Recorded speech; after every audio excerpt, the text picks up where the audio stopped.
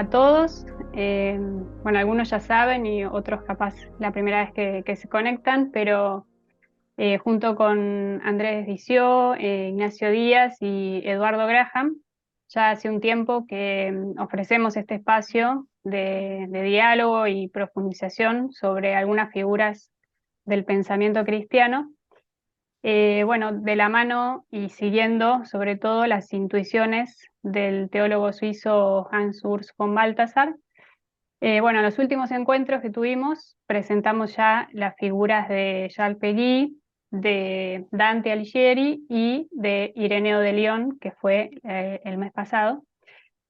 Y hoy nuestra idea, nuestra intención va a ser presentar la figura de Adrian von Speyer. Primero va a haber un momento en que Eduardo nos va a introducir en el tema de la metafísica de los santos y luego nuestro invitado especial, el licenciado Luis Jorge, nos va a presentar la figura propiamente de Adrián. Bueno, y después si mientras transcurre las exposiciones ustedes quieren tomar nota para después hacer algún comentario, alguna pregunta, al final vamos a abrir también el espacio al diálogo, ¿sí? Bueno, sin más introducciones, te doy la palabra, Eduardo, y comenzamos. Bien, buenas noches a todos, gracias. Simplemente entre 5 y 10 minutos para poner en contexto el camino que recién nos mencionaba Belén, que venimos haciendo. Estamos tratando de responder a lo que Balthasar llama al comienzo de su trilogía. Él diagnostica que desde un punto de vista central, la tragedia del tiempo es la amputación estética, la ausencia de la gloria en la mirada y en el pensamiento. Por eso, con Balthasar partimos de Péguy, un autor que en su maravillosa obra y su maravillosa mirada recupera la mirada de la belleza de la esperanza cristiana sin límites. Y luego también vimos en Dante y en Ireneo. Pero hoy, como pequeñísima, no introducción, sino mostrar esta unidad en el pensamiento de Balthasar, o este hilvanar ciertos autores, literatos, Balthasar ubica que después del medioevo, cuando la concepción del ser, del ente, la metafísica atomista y otros autores medievales pierde fuerza, deja de tener un peso de gloria, lo creado deja de hablar de Dios, porque se adopta una mirada neutra, un nominalismo sobre el ser. El ser pasa a ser un término neutral, general, y por tanto, todo particular, todo individuo, o todo partícula de la creación, o individuo humano, pasa a como navegar en la nada o en algo incierto o ambiguo, ¿no? Y en ese momento, entonces es que Balthasar introduce un término de la metafísica de los santos.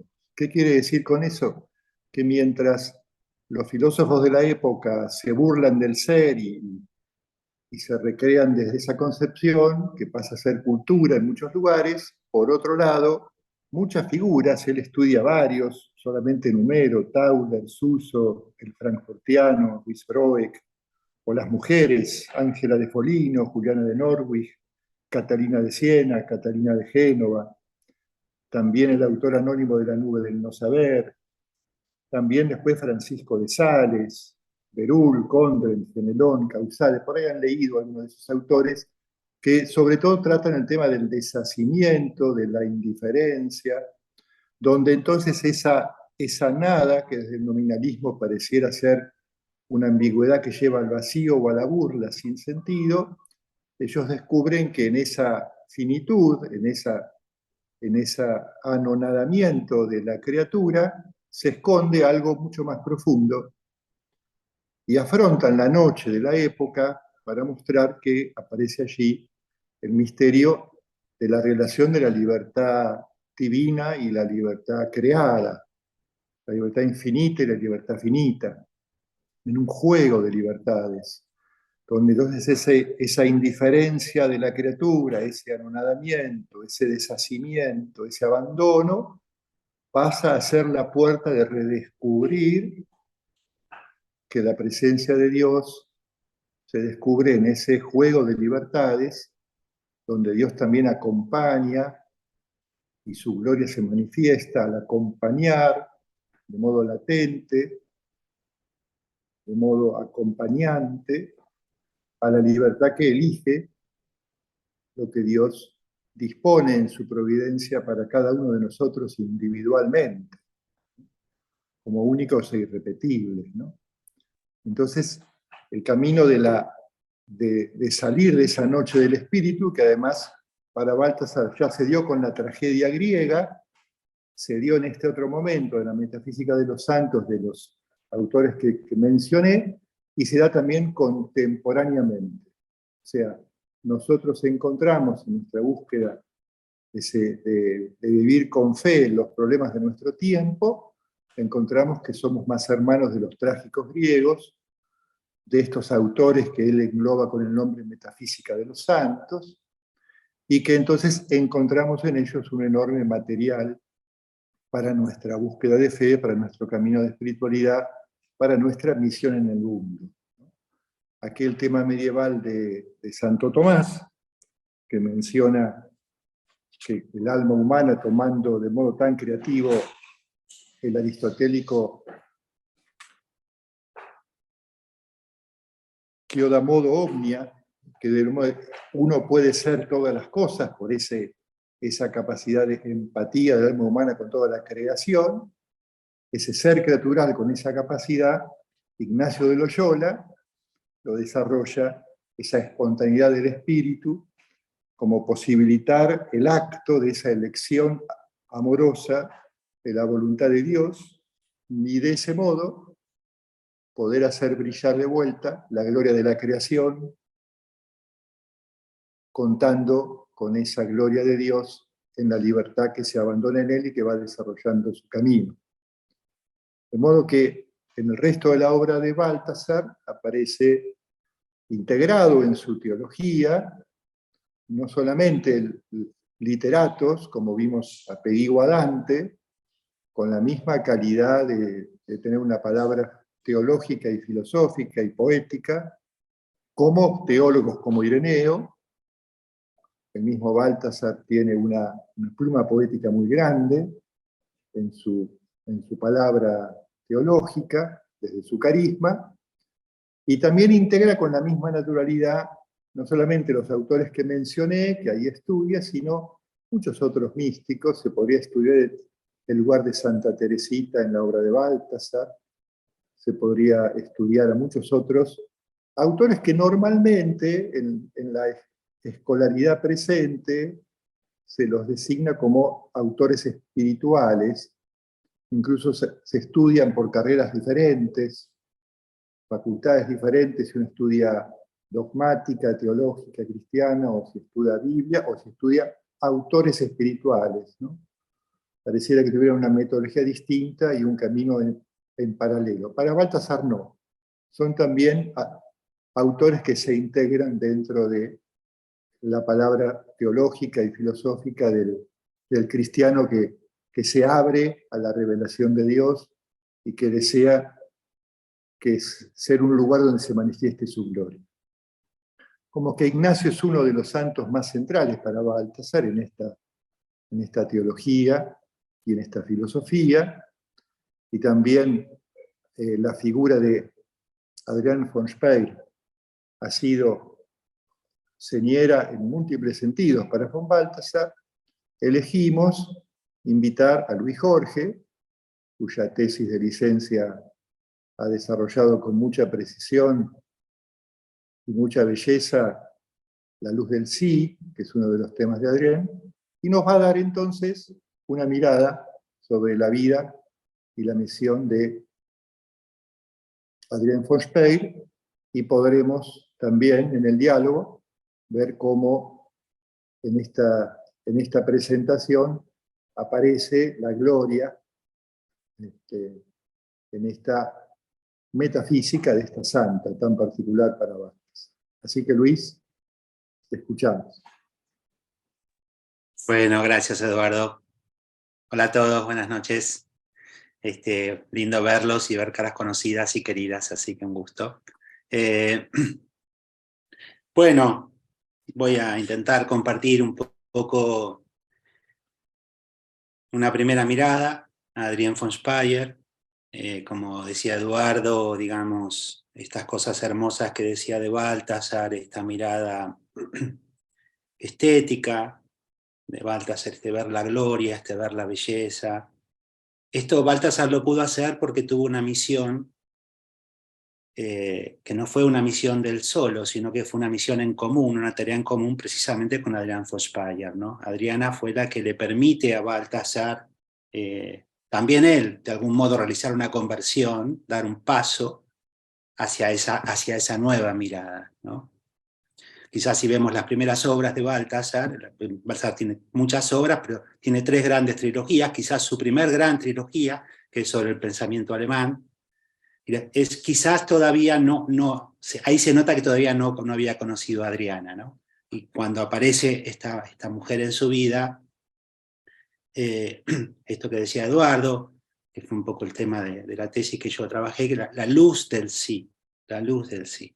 O sea, en la figura de María, Adriana encuentra que hay una luz, en este acto tan simple, tan sencillo, de una libertad que es capaz de dar una respuesta, y esa respuesta es una respuesta positiva, dar un sí. Ahí se encuentra la luz, hay como una semilla, un origen, un principio, que es el principio mariano, digámoslo así, que es el que Adriana de algún modo le va a ofrecer a Baltasar, con una mirada joánica, ahora vamos a contarlo un poquito, y esto es lo que a Baltasar le permite después seguir saliendo de una actitud un poco sansónica, digamos, de querer construir, porque Baltasar era genial, pero yo creo que Adriana le permite colocarse en este lugar de acoger esta luz, y la integración genial que hace Baltasar es un fruto, es un don de este encuentro que tiene con Adriana. Entonces yo les voy a contar un poco quién es esta mujer. Voy a contar muchas cosas, algunas de las cosas que les voy a contar son un poco sorprendentes. Lo importante es captar el sentido de que las cosas que le fueron pasando a Adrián solamente se terminan de percibir en su significado si vemos su tarea, si comprendemos su misión.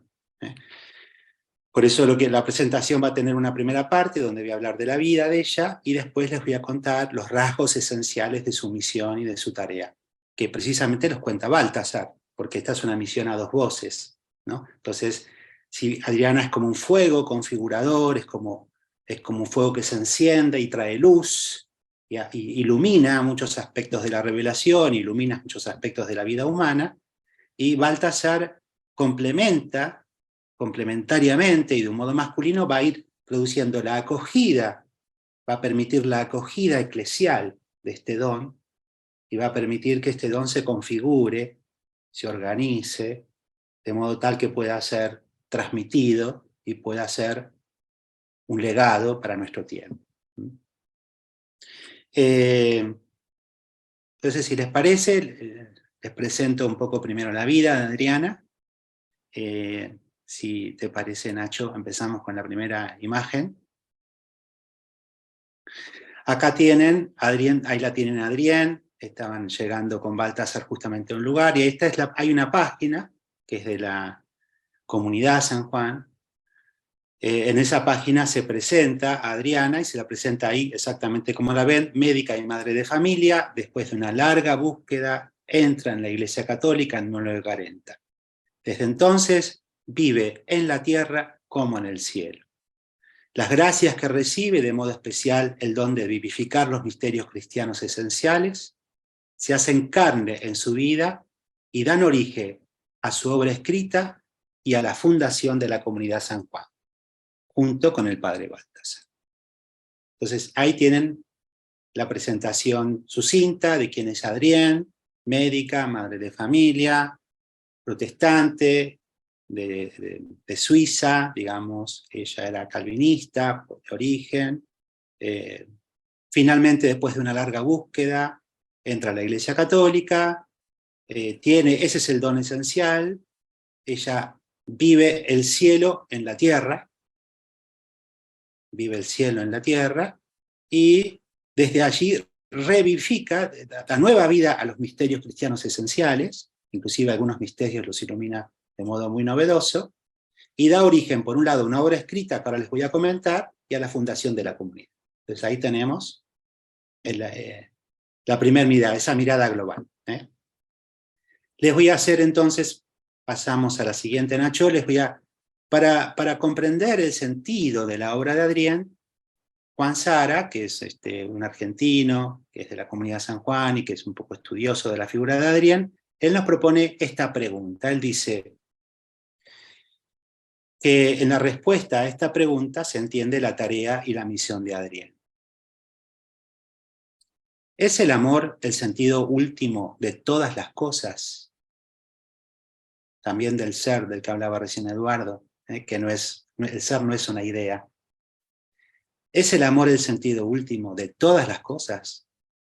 ¿Es el amor la palabra última, la plenitud primera, la fuerza interior que todo lo mueve? ¿Es el amor la razón de ser del mundo, del hombre y de Dios mismo? Hoy, ayer, mañana y para toda la eternidad. La tarea de Adrián, la misión de Adrián es dar un sí. La luz del sí es la luz de la fe que nos permite dar en la noche, en la oscuridad de la noche de nuestro tiempo, donde se ha perdido la gloria de la belleza de Dios. El sentido de la tarea de Adrián es poder dar un sí. El sí mismo nos da la luz para poder, para ver que el amor, forma y amor constituyen una gran unidad. Forma es la palabra que usa Baltasar para estética esencial, para figura, ¿no? El ser está configurado, tiene una forma, pero el ser como forma solo es comprensible si ese ser se percibe en el amor. O sea, forma y amor son una unidad, son la unidad del ser. Bueno, esta es primera presentación global y una frase inspiradora, la primera, así ya de entrada la escuchan a Adriana a ver cómo es su lenguaje, porque van a ver que el lenguaje de Adriana es muy particular también. Dice Adrián: si nuestra verdad debe pertenecer a la de Dios, tiene que mantenerse fundamentalmente abierta a ella.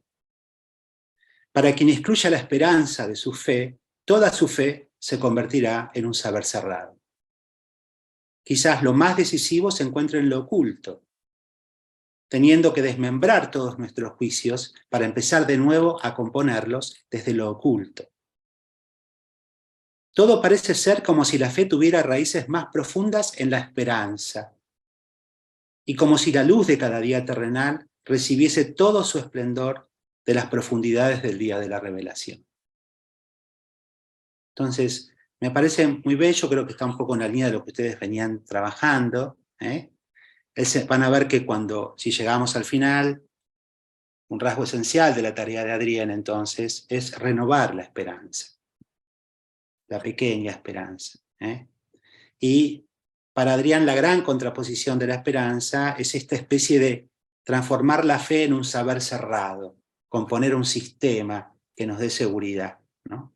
Precisamente la verdad que pertenece a Dios, a la que le damos fe, en la que creemos, se acoge en lo oculto, y por eso esa luz del sí, de la que hablábamos al principio, es la que María da en lo más oculto, en el encuentro con Gabriel, con el ángel. ¿Se acuerdan la escena? Después vamos a ver el cuadro de Frangélico, en esa habitación, en ese lugar íntimo, discreto, ahí se juega el corazón de la percepción de la belleza de Dios, que es una sorpresa. Nos visita como el ángel visita a María. Y en esa intimidad que ya es oración, porque solo en la oración se puede vivir la fe, uno ve al ángel y uno puede llegar a la luz del sí. Entonces, bueno, esta es el sentido de la tarea de Adrián, es un sentido que va a tener que ver con la salud, con la sanación, con devolvernos la esperanza. Está muy unida a Peggy, me parece acá, Adrián. Bueno, esto para inspirar en el recorrido. ¿Cuál va a ser el recorrido que vamos a hacer? Pasamos a la siguiente, Nacho. Vamos a ver la vida de Adriana primero y finalmente la misión. Espero no ser muy largo. Si ven que me voy alargando, por favor me ayudan a cortarme. Vida de Adrián von Speyer, para eso me baso en su autobiografía. Hay una primera autobiografía que ella escribe porque Baltasar le pide, que se llama De mi vida, que va más o menos desde sus primeros años de vida hasta los 20 y pico. O sea, es una autobiografía que está interrumpida. Después, Los misterios de la juventud, que es una autobiografía que Adriana realiza en estado de éxtasis. Por lo tanto, Baltasar le pide que regrese a la edad en la cual vivió esa experiencia, y Adriana habla en oración, por ejemplo, como cuando tenía 15 años, como si ella estuviera en ese momento todavía, ¿no? Y por un pedido de Baltasar, ella puede volver a la conciencia actual. Se llama El misterio de la juventud. Y después algunos apuntes del padre Baltasar y algunas declaraciones autobiográficas que también hace Adrián. Bueno, en base a esto les cuento un poco su vida. Ella nace en la Chaux-de-Fonds, en Suiza, en las montañas del Jura, más o menos a 1000 metros del nivel del mar. Ahí tienen una foto precisamente de ese año, entre 1912 y 1904, en la Chaux-de-Fonds. Ahí nace Adriana y ahí al costado tienen la foto del mismo lugar, pero en este momento, en la actualidad. Así era la Suiza donde nace Adriana. Nace en la familia von Speyer, que acá la vamos a ver cómo está constituida.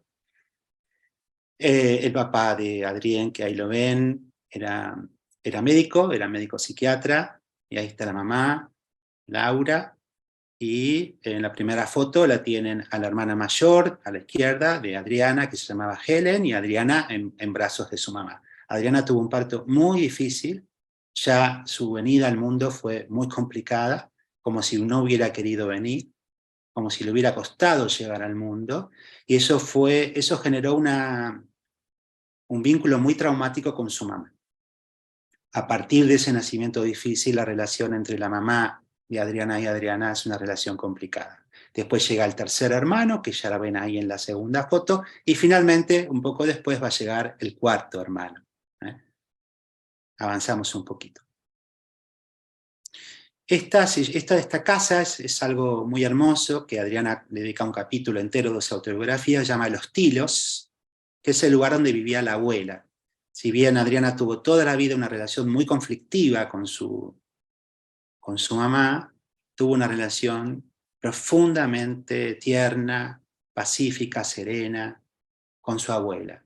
Y ahí tenemos la foto a la derecha donde está Adriana la abuela abrazando a Adriana, y a la izquierda tenemos la misma foto de Adriana, más o menos en la edad en la que visitaba a su abuela. En esa casa de Los Tilos tuvo experiencias maravillosas. La abuela era una mujer que vivía en Dios, y una mujer que le enseñó a Adriana la experiencia de la tranquilidad, de la seguridad, del silencio, del recogimiento. O sea, son momentos de profunda alegría, profunda tranquilidad para Adriana. Bueno, acá aparece ya la primera situación extraña.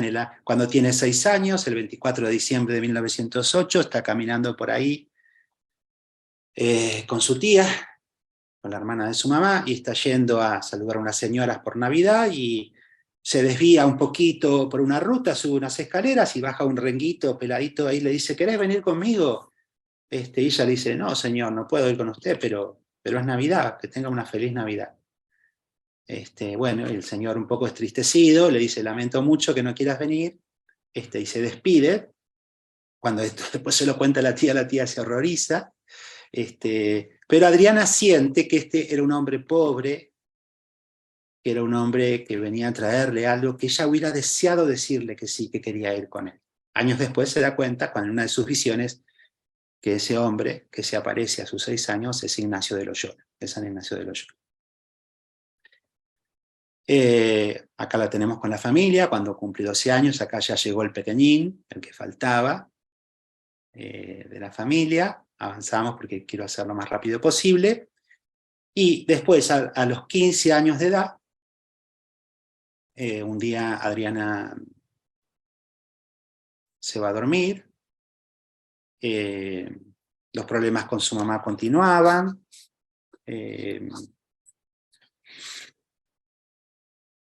y estando en la cama, ella ve un cuadro, ve como un cuadro, y en ese cuadro ve como la imagen de María, pero como una gran luz, una gran luz. Y rodeada María de muchos santos y de muchos ángeles. Presta atención, se queda totalmente, digamos, arrebatada por la visión, y esa luz se va apaciguando de a poco, y ella empieza a reconocer que esa es María. Dice, en ningún momento duda de que es María. Finalmente María empieza a moverse, habla con ella, y esto para Adriana, dice, es una visión que dura como unas horas, digamos, en la madrugada. Es profundamente bella, profundamente conmovedora, es como un gran impacto, pero a su vez es muy tierna, es muy suave. Y esta va a ser una visión, pasamos a la siguiente diapositiva. Esta, digamos, es la riqueza y la hermosura que percibe María, es algo que va a quedar como un impreso en el corazón de Adriana por toda su vida. A partir de este encuentro, ella recibe una marca corporal. Debajo del seno izquierdo se abre como una especie de herida, que ella no entiende en principio por qué tiene, pero sabe que esa herida de algún modo representa que ella está reservada para algo, que María le ha legado algo de su misterio y que ella está reservada para algo. Como ella vive en un ambiente calvinista, que ustedes sabrán que el ambiente calvinista era muy, muy anticatólico, y Adriana tenía todo el tiempo en su escuela. Es interesante ver, por ejemplo, en esto a Jung le pasa lo mismo. Jung es un poco anterior, y la primera, por ejemplo, Jung dice en su autobiografía que la primera vez que vio a un jesuita fue una experiencia de las más traumáticas de su vida, porque había tanto, se les decía tanto a los chicos acerca de lo católico, lo terrible que eran, las cosas que hacían dentro de los conventos, era una cosa que la primera vez que Jung vio a un jesuita, dice, me escondí, fue una cosa muy traumática, dice Jung. Bueno, a Adriana le pasa lo mismo. A partir de acá, Adriana empieza una búsqueda. Esta va a ser una de las mayores gracias de la vida de Adriana, ser una buscadora. Ella dice todo el tiempo, Dios es otro del que me cuentan, Dios es diferente. Ella sabe que está reservada, sabe que Dios es otro, sabe que Dios es diferente, y hace de esta búsqueda el sentido de muchos años de su vida. Van a ser 38 años de búsqueda hasta llegar verdaderamente a la fe. María, entonces, la luz del sí, esta luz que ve, esta iluminación de esta imagen, es un poco lo que va a ser la vida de Adrián. Es esta imagen mariana que va a ser omnipresente en toda su obra, y a su vez Adrián va a tener el don de una gran familiaridad con María, una gran familiaridad. Y de allí sí surge probablemente un rasgo infantil, pero no inmaduro, infantil en un sentido evangélico de la palabra, hacerse como niño. De hecho, otro rasgo de Adriana, que va a ser muy amiga de Teresita, ha tenido una relación muy profunda, muy cercana con Teresita también. Y ese rasgo infantil, si bien era una mujer de carácter, Adriana, los tres rasgos que definen su carácter eran la alegría, era una mujer muy jovial, muy alegre, el coraje, muy valiente para animarse a vivir todo lo que vivió, y el ser niña. Esos son los tres rasgos esenciales del carácter de Adriana. Este carácter infantil probablemente venga del encuentro con María. Avanzamos un poquito, Nacho. Aquí la tenemos en el año 17, ya con 15 años, junto con su hermana Helen. simplemente para que la vean. Y acá tenemos después el ingreso a la izquierda en la escuela secundaria. Al poco tiempo de ingresar a la escuela secundaria, cuando Adrián cuenta más o menos con 16, 17 años, ocurre dos cosas muy difíciles para su vida. La primera es que Adriana se enferma. La primera es que muere el papá. Ella, un día el papá, lo ve al papá y ella sabe, por su oración, ella sabe que el papá se va a morir. El papá justamente quería mudarse de la Chaux-de-Fonds, quería mudarse a Basilea, y ella le dice, vale la pena, papá, que te mudes, y acá estamos bien. Y ella ya sabía que, digamos, sabía que el papá iba a morir, y de hecho el papá muere por una enfermedad, se le perfora el estómago, no logra andar con un médico, porque bueno, la Chaux-de-Fonds era como un lugar medio campestre en ese momento, no tenían el nivel de medicina que hubiera necesitado el papá de Adrián para ser atendido. Llaman los tíos desde el exterior, le dicen, che, pero tenemos acá médicos en Basilea que lo pueden ver, la mamá se niega, y el papá se muere de la perforación del estómago. Adriana cuenta que le costó mucho perdonar a su mamá que se negara precisamente a esa interconsulta, y le costó mucho aceptar la pérdida. Ella tenía una relación muy hermosa, muy profunda con su papá. Su papá era una persona muy equilibrada, muy cercano, profundamente espiritual, pero con mucho nivel de intimidad personal, de mucha discreción personal.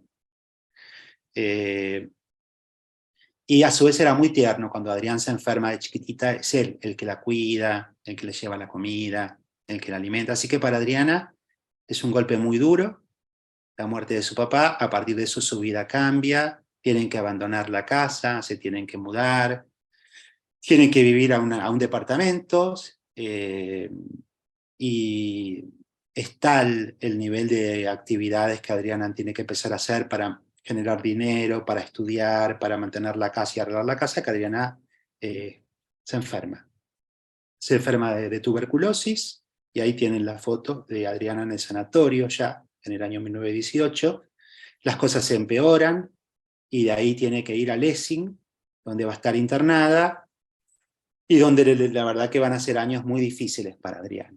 Muy difíciles, de mucha dificultad. Inclusive en Lessing le dice, el médico en un momento le dice, vos no llegás a la primavera próxima probablemente.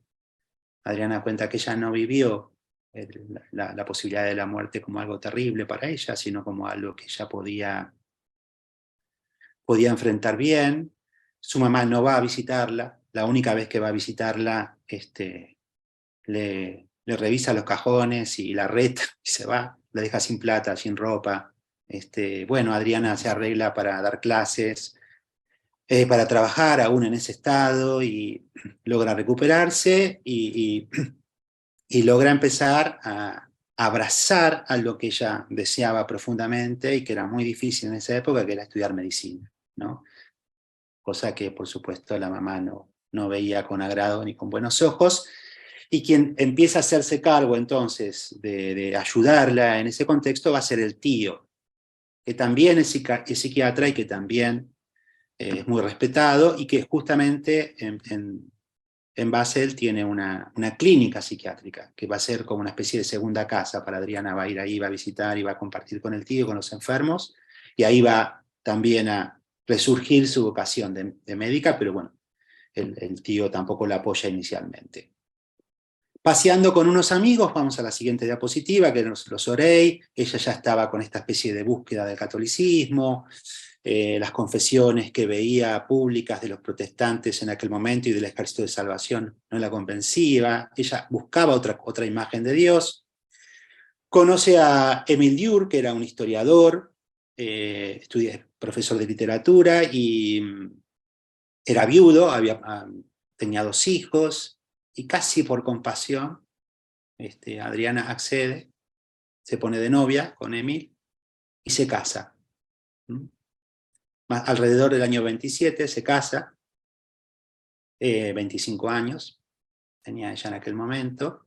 Dice, los primeros 4 o 5 años amé a Émile del mismo modo que se ama al prójimo en general. digamos, con mucho cuidado, con mucho cariño, pero nunca estuvo realmente enamorada, Pero fue un momento, esos primeros años fueron muy difíciles, los primeros 4 años fueron muy difíciles para Adriana porque ella sentía que esa marca que ella tenía en el cuerpo, ¿se acuerdan? Esa marca mariana, que ya estaba reservada para Dios, que ella de algún modo no había sido fiel, que el llamado de Dios era como una especie de vino exquisito que Dios le había puesto en una copita en su mano y que ella iba derramando esa copita de vino por todos lados.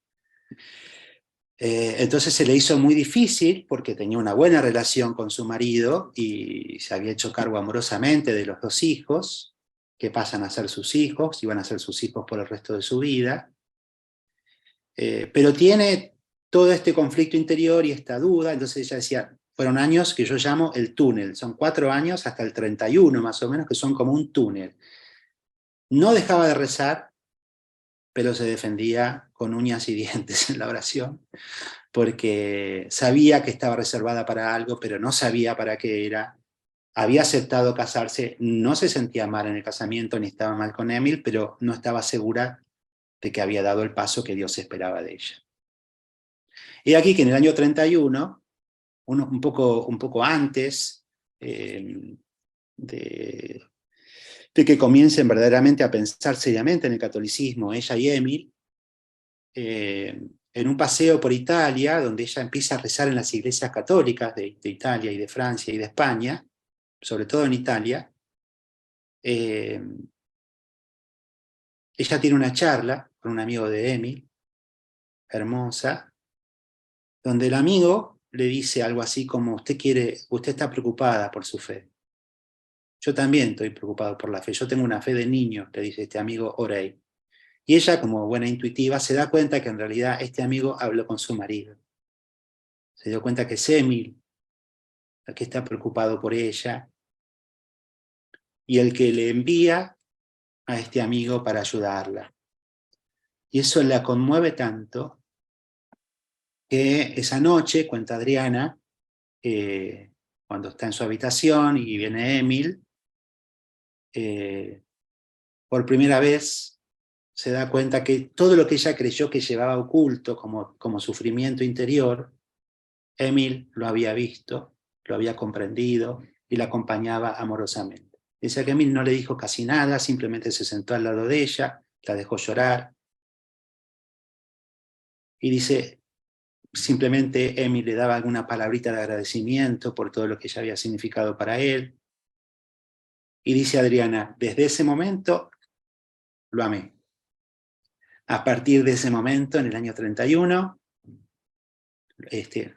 pónganse un poco antes del 31, a partir de ese momento lo amé, y comienza un periodo, dice, Adriana se reconcilia con Dios, con su destino de esposa, y encuentra verdaderamente en esta familia un lugar de tranquilidad y de paz. Al poco tiempo de llegar a este lugar, está manejando con el auto, ya se recibió de médica, muchas cosas de la vida que no les cuento porque no tenemos tiempo, y ella escucha una voz que le dice, es tiempo de entregarlo.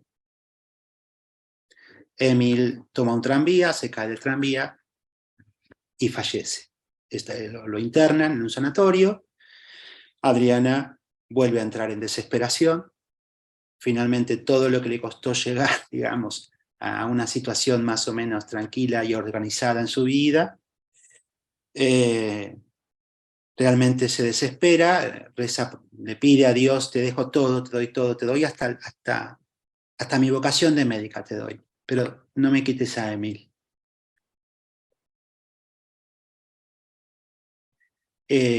Finalmente Emil muere y Adriana siente que dio un sí a la muerte de Emil, pero que ese sí le fue arrancado, que ella no lo pudo dar con total libertad.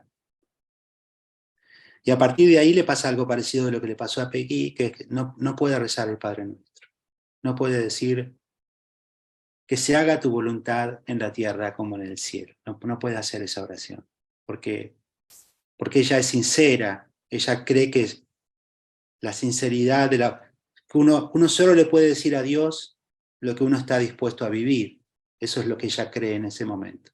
como no puede decirle que acepta la muerte de Emil, por sinceridad frente a Dios, cuando reza el Padre Nuestro, no dice esa frase. Tiene charlas con unos pastores y tiene charlas con 3 sacerdotes. Uno de ellos le dice que se puede ser perfectamente cristiano sin rezar el Padre Nuestro, lo cual, por supuesto, no la conforma y en cierto modo la deja peor que antes. Y ahí entra el momento más oscuro, son 4 años nuevamente ahora, pero de mucho sufrimiento para Adrián. Adrián tiene 2 momentos de profunda depresión. Una es después de la muerte de Emil, y otra es en un momento de tuberculosis que la mamá la va a ver, y que son 2 momentos en los cuales ella sintió la tentación del suicidio. Se le pasó por la cabeza la idea de no vivir más.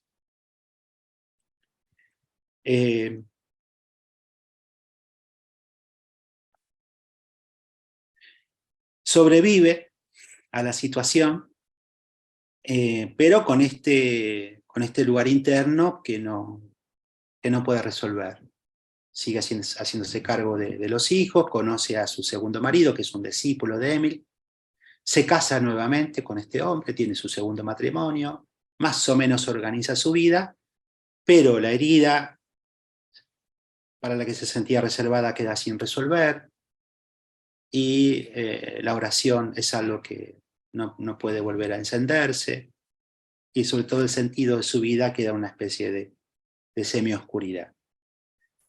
Hasta que en 1940, pasamos a la siguiente diapositiva, Baltasar era capellán de estudiantes, está en Basilea, y un amigo de Adrián lo invita a la casa de Adrián, porque Adrián estaba leyendo a los poetas franceses. Y entonces, como Baltasar los conocía y los había traducido incluso, bueno, dice Adrián, aprovecho y le voy a hacer algunas preguntas sobre los escritores. Y cuando lo tiene delante, en vez de preguntarle por los escritores franceses, le dice, yo en realidad quiero ser católica y no sé cómo hacer. Entonces ahí Baltasar inmediatamente le pregunta por su oración, ella le cuenta esta situación de que no puede rezar el Padre Nuestro, y Baltasar le dice, no, bueno, acá les leo las palabras de Adrián. Dice, el punto saliente de la conversión estaba en lo que usted me dijo, le dice Adriana a Baltasar, ¿no? Rece el Padre Nuestro entero. Con esto, en realidad, usted también me dijo, no cuente con su poder, sino con la gracia. Con el buen Dios no se puede hacer una apuesta. Lo que yo te digo en la oración lo puedo cumplir, y lo que no puedo no lo digo. Este fue el gran punto de cambio, la gran peripecia, la exclusión del yo. Al mismo tiempo fue la preparación real para la recepción de los sacramentos. De allí se abrió inmediatamente el camino hacia el bautismo, a la confesión y a la comunión. El yo que recibe los sacramentos no es para nada el yo que creo ser. Entonces el gran punto de cambio, la gran peripecia, vieron que en teatro la peripecia justamente es un acontecimiento externo, imprevisto, que te obliga a una respuesta y que modifica un poco toda la historia. La gran peripecia es acá, que Adriana dice, bueno, ya no importa si yo puedo o no puedo. Yo tengo que contar con la gracia, tengo que dejar que mi libertad sea asumida por la libertad de Dios y que Dios dé la respuesta en mí. La que va a dar la respuesta en Adrián es María. María ya dio la respuesta. Es la respuesta de María la que nos permite a nosotros responder. Esto es lo que va a entender Adriana, y por eso la gran peripecia es la exclusión del yo.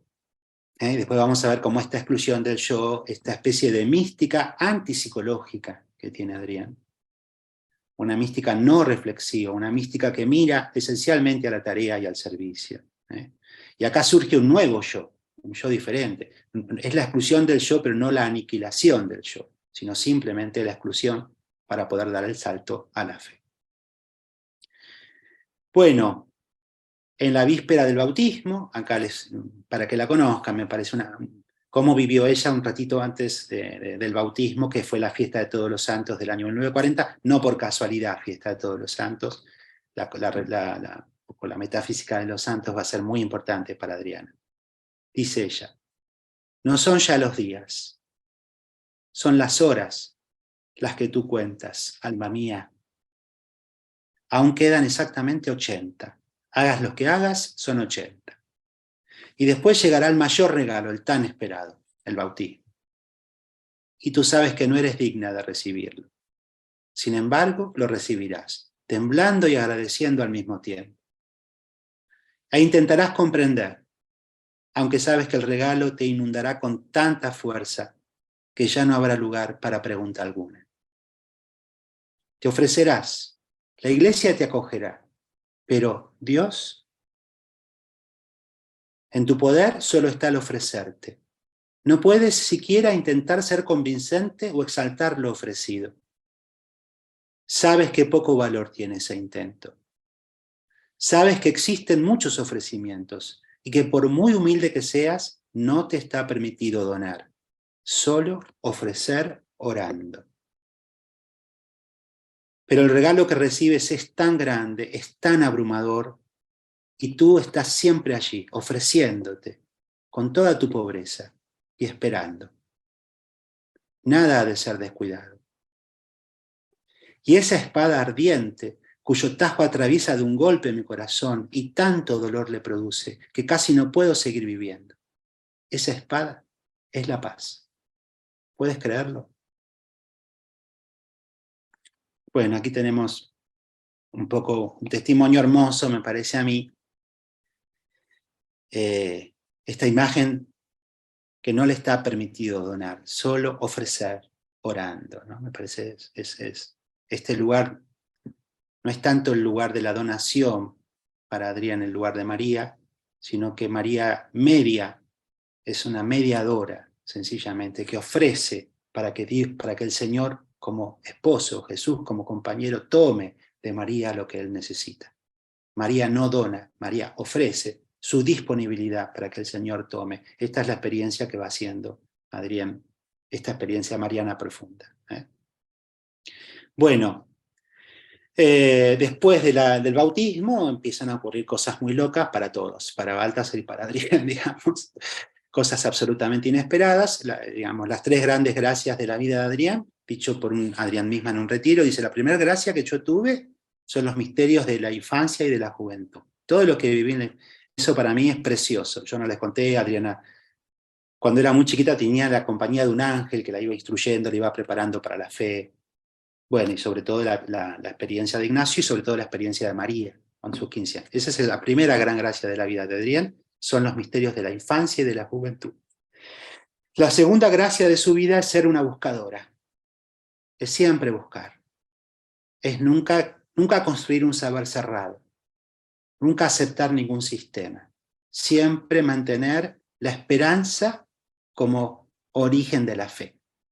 Una fe solo fundada en la esperanza, ¿no? Una fe siempre fundada en la esperanza. Y la tercera gracia es la gracia del bautismo y de la conversión al catolicismo y todas las gracias contenidas en esta conversión. Entre las gracias que aparecen, había una gran familiaridad con María, ahora aparece el segundo, son 3 grandes personajes en la vida de Adrián. La primera es María, y acá aparece el segundo, que es San Juan Evangelista. Adrián empieza a tener inmediatamente después de su conversión una serie de experiencias místicas. La más común es que empieza a tener todas las Pascuas, los estigmas, las vivencias de la pasión del Señor, y sobre todo la experiencia asombrosa para Baltasar, y digamos que un poco lo desubica. Baltasar se va, dice, bueno, ya tuvo y Adriana le dice, no, pero vuelva, porque el sábado empieza a tener ella experiencia, la experiencia del sábado santo, la experiencia del descenso a los infiernos, y finalmente el domingo de Pascua tiene la experiencia. Adriana no es que ve tanto los hechos, sino que ella comparte la experiencia interior del Señor, la vivencia interior del Señor en esos acontecimientos. A partir de eso, Adriana tiene entre los años 40 que se consagra, que se bautiza, y el 44, en esos 4 años, Adriana tiene todo tipo de carismas. Es como si ella fuera una especie de instrumento que Dios prueba con distintos tipos de carismas, prácticamente todos los carismas de los grandes santos. Ella los vive todos en esos 4 años, y está como preparada empieza a ser preparada para la tarea que va a tener que realizar. Y en el año 44 comienzan los dictados. Y los dictados los hace por una sugerencia de San Juan Evangelista, que es el teólogo, que está un poco representado en la tradición por el águila, el vidente, el que es capaz de ver. También Juan es el que acogió a María en su casa, el que se llevó a María con él. Es el teólogo.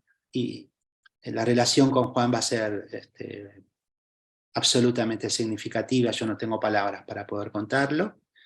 En esta exégesis orante mariana y en esta visión joánica, Adriana empieza a comentar la Sagrada Escritura. Comienza con el Evangelio de San Juan, después sigue, que hace 4 tomos, después va a seguir con algunos libros del Antiguo Testamento, el Cantar de los Cantares, algunos profetas, Elías, el comentario al libro del Génesis, a la creación. Después va a seguir con las cartas católicas, Santiago, Pedro, las 2 cartas de Juan. Después va a seguir con Pablo, la carta a los romanos, la carta a los colosenses. Es decir, va a ir tomando o libros y los comenta por completo. Por ejemplo, el Evangelio de San Marcos lo completa también, lo hace completo, igual que el Evangelio de San Juan. O comenta algunos temas especiales de la Escritura. Entre el 44 y el 54 ya hay más o menos 33 libros, que son comentarios, que es como el don de profecía. Ella tiene el don justamente de cómo hace los comentarios, más o menos entre las 4 y las 5 de la tarde, llega Baltasar a la casa, Adriana está con el marido y con los hijos, ya volvió de la consulta médica, que por cierto atendía a mucha gente todos los días y siempre amó su profesión de un modo, iba a ser un tema muy importante para su vida, y se preparan un té. En el medio Adrián contesta algunas cosas, ve si están hechas las compras del supermercado, Baltasar dice empezamos, bueno empezamos, rezan un Padre Nuestro, una Ave María, Adriana toma un versículo y en media hora más o menos le dicta y Baltasar anota, y así va comentando día por día todos los versículos del texto que están comentando. Es muy sencillo, muy simple. Es un texto comentado entonces carismáticamente en relación al sentido de la tarea. Y Adriana nunca estudió teología, muchas veces ni siquiera recordaba después qué había dicho en el comentario. Sin embargo, van a ver ustedes que los comentarios están hilados, tienen una profunda unidad. Si bien el modo de hablar de Adrián muchas veces nos complica porque es un modo parecido al de Peggy en algún sentido, como que es circular, va y vuelve, va y vuelve, va y vuelve, y profundiza y agrega una nueva vista y una nueva perspectiva, y va y vuelve. Baltasar dice que desde afuera parece una selva el pensamiento de Adrián, pero cuando uno lo mira desde adentro tiene el orden de un jardín francés, o sea, realmente hay una unidad muy profunda en la obra. Y entre esos 10 años se sientan las bases para los 27 libros posteriores. Así que van a ser alrededor de unos 60 libros, sin contar algunos cuadernos de temas que ella escribe, algunos pensamientos que son, o sea, libros que ella se escribe de puño y letra. Pero la gran mayoría los escribe en dictado. En las vacaciones se tomaban más tiempo, por ahí había dictados de 2 o 3 horas. Ahora les voy a contar uno de esos hechos. Es una exégesis del misterio de Dios desde el fondo orante de la Iglesia Mariana para ser comunicado donde Dios está ausente. Muy bien. Sucede así que en el año avanzamos un poquito. Acá ya, bueno, Adrián y Baltasar reciben como tarea fundar una comunidad de laicos consagrados. Esto va a traer mucho dolor para Baltasar, porque acompañarle a Adrián va a significar tener que dejar los jesuitas. Eso también va a ser muy doloroso para Adrián, que Baltasar tenga que dejar a eso que consideraba su tierra natal, su mundo propio. Pero bueno, finalmente ahí está Adriana con las primeras chicas que se aventuran, hacen un retiro y se lanza con la comunidad de mujeres, ahí ya la vemos más grande, Adrián, para que ustedes vieran una foto de la comunidad. Y en el año 46, dijimos que los dictados van más o menos, la gran obra de Adrián va sobre todo del 44 al 54. En el año 46 reaparece aquel que ya había aparecido a los 6 años, que es Ignacio de Loyola, el retorno de Ignacio. Se van a Casina, en Italia, a descansar un poco, Baltasar y Adrián, y a hacer dictados, a poder completar algunos libros por 2 o 3 horas. Y estando en Casina, aparece Ignacio, que va a tener una permanente tarea configuradora. O sea, Ignacio le va a dar gestalt, le va a dar forma, figura a la tarea en común que tienen Adriana y Baltasar. Baltasar dice en algún momento, Ignacio me trataba como un escolar, me iba enseñando las cosas. Para cada experiencia que Adriana tiene, aun las experiencias más difíciles que después les voy a contar, siempre primero Adriana es consultada.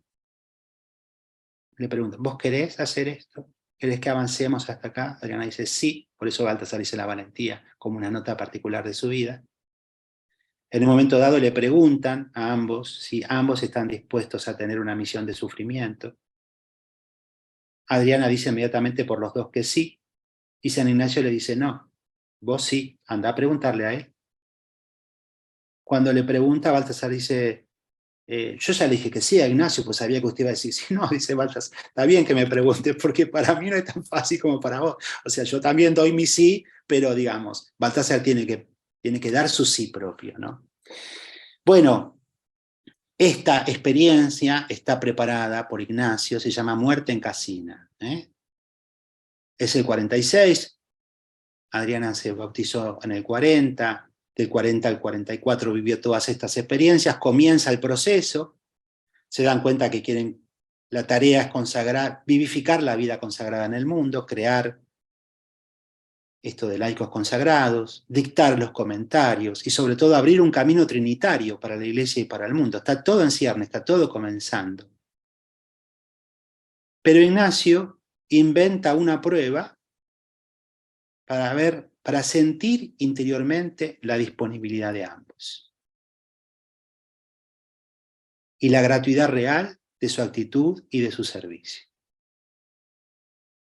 Y entonces una tarde, Adriana dice, me muero. Me estoy muriendo. Tengo una crisis cardíaca, me estoy muriendo, me voy a morir en un ratito. Bueno, le dice Baltasar, queda todo así, dejamos todo así. Adriana le dice, sí, déjeme rezar. Reza un ratito, le dice, me pone a beber un corpus de Mozart porque me hace bien para morir. Escuchan a Mozart. Dice, primero quiero visitar a una enferma que está acá al lado. Como soy médica, va al lado, visita a la enferma, vuelve, escucha la Beberum. Dice, bueno, acepto la muerte. Le doy mi sí. Baltasar, que comparte esa situación interiormente, también acepta y da su sí. Adriana empieza a morirse y cuando está muriendo le dice a Baltasar, rece, en estos 20 minutos se decide. En esos minutos se decide que Adriana les dé vuelta la tarea, les dé vuelta a ambos la tarea y los dos pueden hacer la experiencia de haber dado su propio sí, de haber acogido la tarea en total indiferencia, diría Ignacio, y en total disponibilidad. Los días siguientes, Adriana vuelve, digamos, se recupera perfectamente, y Adriana queda tan conmovida por la experiencia, tan conmovida, tan emocionada, que quiere escribir un libro sobre el elogio de la belleza de la muerte. Dice, no hay nada más hermoso que morir en Dios. La muerte es profundamente bella. Si la gente supiera lo bello que es morir. Queda tan conmovida que le dice, yo lo único que quiero ahora es vivir para la misión. Le prometo total obediencia, quiero entregar, tan profundamente bello. Es como una experiencia de amor profundísima, ¿no? De ambos. Bueno, este episodio en relación a la disponibilidad es muy importante porque podemos saber en el pensamiento de Adrián esta disponibilidad fundamental. Del año 54, en el año 54 Baltasar toma la decisión. Dice, Adriana está muy conmovida con el padre. Ha tenido experiencias profundas del padre, entre comillas, visiones del padre, porque al padre no se lo ve de alguna manera. Ella quiere escribir un libro que se llama La alegría del padre. Y Baltasar dice, no. Primero tengo 60 para editar. Ya no puedo más con esto. Ya con esto tengo para el resto de mi vida, además de todos los artículos. Y después usted está en un estado, yo no la voy a exponer a usted a que en el estado de debilidad. Adriana tiene crisis cardíacos, tiene diabetes y tiene finalmente un cáncer.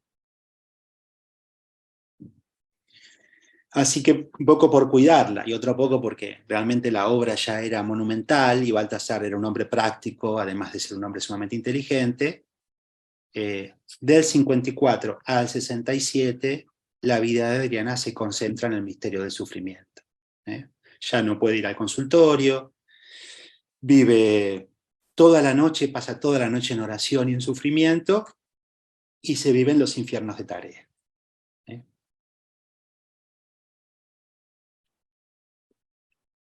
Infiernos de Tarea son viajes que hace Adriana acompañando gente en campos de concentración o yendo a rezar a iglesias que están deshabitadas, donde nadie ha rezado nunca, o hace muchísimos años que no se reza, visitando muchos conventos contemplativos, que ella sentía en crisis y que amaba profundamente, pero la cansaba enormemente, enormemente. Y en todo eso comprendí, digamos, ella veía el costo que tenía para el Señor. Todo, bueno, un poco el tema del infierno va a ser un tema muy importante después para Adrián. Y su enfermedad comienza a ser un enorme diminuendo, vieron como la música, el diminuendo va bajando, bajando, no, sí, pero no se muere nunca, Adrián. Disminuye, disminuye, disminuye, no se muere nunca, no se muere nunca, no se muere nunca. Así está muchísimo tiempo. Hasta que al final, y vamos a la foto siguiente, en septiembre del 67, estas son sus últimas palabras. Gracias. Es tan bello morir. Todos los problemas desaparecen. Adiós. Y le dice a los presentes, les prometo que haré todo lo posible. Pero primero quisiera descansar un poquito, si es posible. Amén. Gracias. Sí. La última palabra de Adrián es el sí. Bueno, y la entierran ahí en Basilea. Y esta es la tumba de Adrián. Caegui es el apellido de su segundo marido, 1902-1967.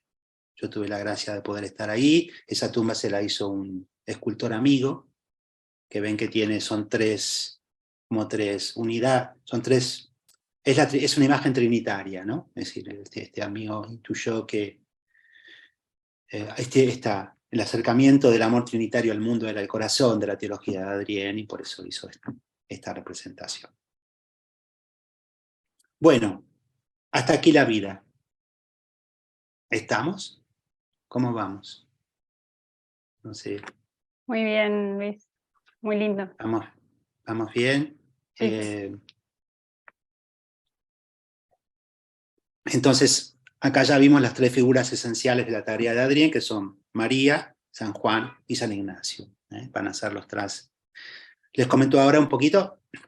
¿Avanzo? ¿Les parece que estoy para avanzar o estamos bien? ¿Sí? ¿Vamos con la misión? Sí, seguimos. Muy bien. La misión de Adrián, entonces, la tarea teológica. El libro está de la Fundación San Juan, se llama Primera Mirada, Adrián von Speyer, que se puede conseguir, aunque ya está medio agotado, pero todavía algunos quedan, y si no se puede conseguir virtual en la página. Acá Baltasar tiene la genialidad de de presentar la obra de Adrienne, algo que para mí sería muy difícil de hacer, así que yo un poco lo sigo a Baltasar cuando les comento el sentido de la tarea de ella, y después lo sigo a Juan Sara, que también es un profundo conocedor de Adriana y de Baltasar. Entonces yo simplemente les acerco las presentaciones que ellos hacen de Adriana. Se las presento muy rápidamente a vuelo de pájaro. Van a ver que en ambos casos, sobre todo en el caso de Baltasar, que tiene una misión en común, y en el caso de Juan Sara, la perspectiva siempre es trinitaria. Para presentar a Adrián siempre hay que hablar del Padre, del Hijo y del Espíritu. No hay otro modo de entrar al mundo de Adrián. La actitud fundamental de la Madre del Señor van a ver que es la luz del sí, en el fondo es el Padre el que está presente detrás. Es el Padre el que envía a Gabriel, el Padre el que piensa esta madre para el Hijo, es el Padre el que envía al Hijo al mundo para que el mundo sea salvado. Entonces, en esta actitud fundamental de la Madre del Señor es la luz del sí, es el fiat, y la actitud fundamental es la disponibilidad, que Adriana va a ver íntimamente vinculada a la indiferencia ignaciana. Pero esta actitud fundamental, que es la actitud de estar disponible, en realidad es una correspondencia, solo se entiende desde el lugar teológico esencial, que es la obediencia del Hijo. Ahora lo aclaramos un poquito más. Entonces, primero el Padre, segundo el Hijo, y por fin las ampliaciones carismáticas no inferibles ni deducibles. Cuando se juntan, se compenetran esa actitud profundamente femenina de la Madre con la actitud masculina del Hijo que obedece al Padre y que nos da la redención, y que María acoge y dice sí a esa redención, sobre todo al modo en cómo ocurre esa redención, aparece un fruto en el Espíritu. Aparecen carismas. No se pueden inferir ni deducir antes. Son siempre sorprendentes, sobreabundantes y sorprendentes. Esta es la perspectiva trinitaria que tiene Baltasar atrás. Vamos a la primera entonces, la actitud fundamental de la Madre del Señor. Acá ven la actitud, este es el cuadro de Frangélico. Este cuadro refleja, todas las imágenes que les puse son tres, esencialmente están profundamente vinculadas con la comunidad, están puestas porque tienen que ver con Adrián y con la comunidad. Como ven, María está en su mundo interior, es decir, en la habitación más privada, más íntima. Ahí está María, en ese lugar íntimo, más profundo. Ahí es visitada. Ese lugar oculto del que hablábamos en la primera cita. Ahí es visitada María, que tiene el color de la carne en su vestido y el color de lo celeste en su manto. Y que está cubierta por la noche, ¿ven? En el cielo arriba, eso es un cielito azul estrellado. Ahí, en ese lugar de intimidad, aparece la Trinidad. Aquí ven allá arriba las manitos del Padre a la izquierda, el Espíritu que está bajando como una paloma, y el Hijo que ya está en el seno de María, por eso María tiene las manos. María ya ha dado su sí. María ya está la Trinidad presente. Y está arriba en la juta del arco central, se ve la imagen del Hijo, el nuevo Adán. María, esta es la nueva mujer, esta es la mujer, este es el hombre, que están en contraposición con las figuras de la izquierda, que son el Adán y Eva, que han sido expulsados por el ángel, que están llorando. Acá no se ve, pero Eva está mirando hacia María. Eva clama para que María interceda. Está como en oración. Están atados con hojas que son las que usaban los pordioseros de Florencia para producir compasión porque enrojecía la piel. Es el hortus conclusus del Cantar de los Cantares, es el lugar cerrado, es el cosmos mismo, toda la creación. Hay un estudio que muestra que en ese jardín hay más de 30 especies distintas de los jardines florentinos.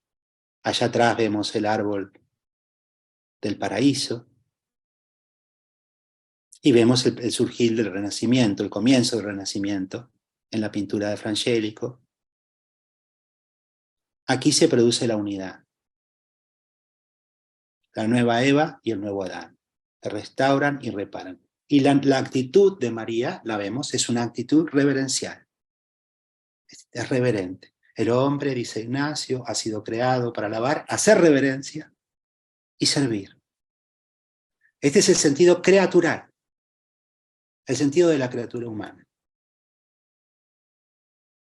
Y sin embargo acá brota una luz, acá está la luz del sí, que viene del Padre en el Espíritu, y que está en Gabriel. Este es el principio mariano del que participa María, del que María nos participa a nosotros. Vamos a la segunda diapositiva. Dice Adrián, en un libro que se llama, empieza a escribir a los poco tiempo y sale publicado en el 48, en 1948. Se llama La esclava del Señor, Ancilla Domini. Y comienza con esta frase que es profundamente hermosa y significativa.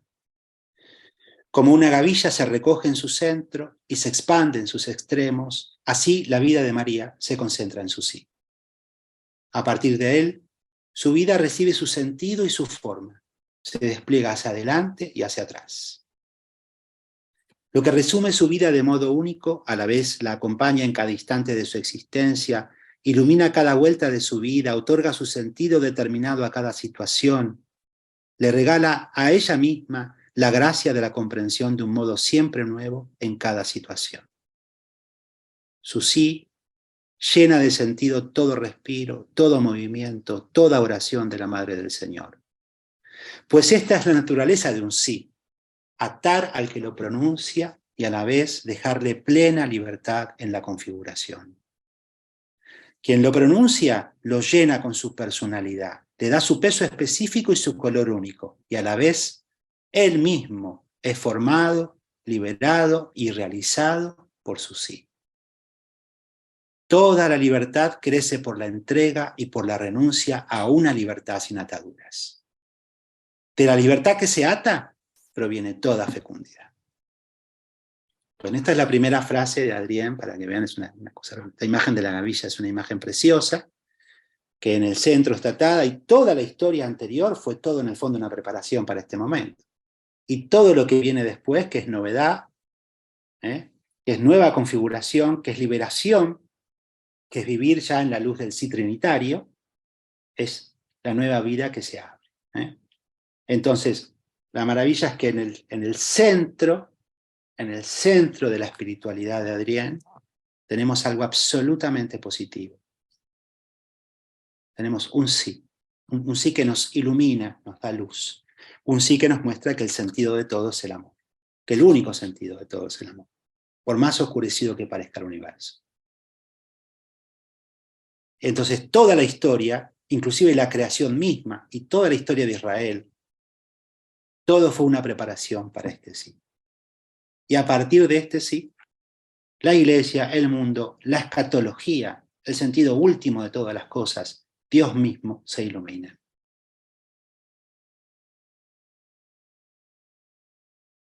Avanzamos un poquito. Entonces, este sí, este fiat, de las palabras latinas fiat mi voluntas tuas, que se haga en mí tu voluntad, porque como ven, el sí de María es un dejar, un ofrecer, un estar disponible, que se haga en mí lo que has dicho, se cumpla en mí. Este sí es la síntesis de amor y obediencia, de Juan a Ignacio. Pues ciertamente para San Juan el amor se manifiesta en la obediencia del Hijo de Dios. En el Evangelio esto es hermoso. Jesús, el alimento de Jesús es hacer la voluntad del Padre. Y para Ignacio la auténtica obediencia es siempre amor a Cristo, que me amó y me escogió. Pero la unidad más alta, la identidad ejemplar entre amor y obediencia, está en María, en la que el amor se expresa en su voluntad de no ser nada más que la sierva, la Ancilla del Señor. Esta es la genialidad, dice Adrián.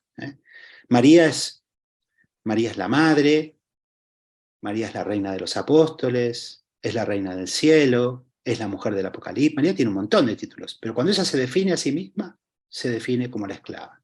Yo soy la servidora. La genialidad de María es que ella define su esencia femenina a partir de esta actitud. Todo lo demás va a ser sorpresa maravillosa, pero es el cumplimiento de esto que está en el origen. Ser la esclava, la servidora del Señor.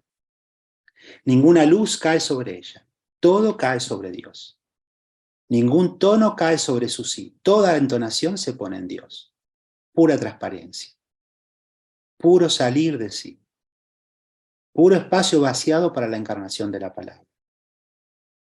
Y en este ser vaciado son una sola cosa: obediencia, pobreza, virginidad. ¿Ven? Fe, amor, esperanza, pobreza, obediencia, todo se junta en el fiat, en este voto originario. Avanzamos un poquito. Quien dice sí es digno de ser formado por Dios hasta el infinito. Toda posible forma impresa por Dios está supuesta y dispuesta en la apertura infinita de la disponibilidad perfecta. Pues de ese sí puede formar Dios a la Madre Dolorosa, a la mujer del Apocalipsis, a la Reina del Cielo. Y lo que es más importante, de ese sí puede formar la Iglesia perfecta, la que es como debe ser, la esposa del Cordero, el cual por amor a su Padre es perfectamente obediente. La Iglesia que en el tiempo terreno nunca alcanza plenamente el sí perfecto de María, pero lo lleva en sí misma como su forma interior. Entonces, la forma interior de la Iglesia, el principio mariano de la Iglesia, es esta disponibilidad. Este es el ministerio de María, que lo realiza de una vez para siempre, no como el cura que tiene que hacer el ministerio permanentemente celebrando la Eucaristía, sino que el ministerio mariano se agota en esta primera acción donde la Iglesia Jesús le dice: sé vos misma, pero todo lo tuyo, tu experiencia corporal en la relación conmigo, tu experiencia espiritual, tu fe y sobre todo tu fiat, yo lo voy a usar para conformar de tu ser mujer, de tu fe, la Iglesia. La Iglesia va a ser la expansión de esta semilla, de esta fuente original. Avanzamos un poquito entonces. Este sería el lugar femenino, pero decíamos, María viene del mundo protestante, Adriana viene del mundo calvinista, perfecto, no endiosamos a María, sabemos que es la servidora del Señor, no es el Señor, el Señor es Jesús, Dios mismo es el que se revela. Entonces el lugar teológico que da sentido a esta entrega indiferente, a esta disponibilidad amorosa, a esta dejar que las cosas sucedan, a esta aceptación, es porque el Señor porque hay una acción de la Trinidad. Acuérdense el cuadro de Rublev tan hermoso, hay un concilio, se juntan los tres y deciden. Ese concilio trinitario es una acción que sucede antes, durante y después del tiempo. Ese concilio continúa, están reunidos los tres y ahí deciden la gran locura y lo ponen por testigo al Espíritu. Vamos a ser lo más loco del mundo. El amor, esta es la locura del amor, que el Padre que solo es Padre, porque quiere darle todo al Hijo. No es primero Padre y después le da todo al Hijo. Es desde siempre el Padre, porque desde siempre ha querido darle todo al Hijo. Es plenitudo fontalis, dice San Buenaventura, es el origen, la fuente de todo amor, el principio fundamental del amor, de donde procede todo amor. El Padre solo es Padre porque sale de sí mismo. Y al salir de sí mismo, paradójicamente permanece en sí mismo. Y esa salida donde el Padre se da todo, genera al Hijo.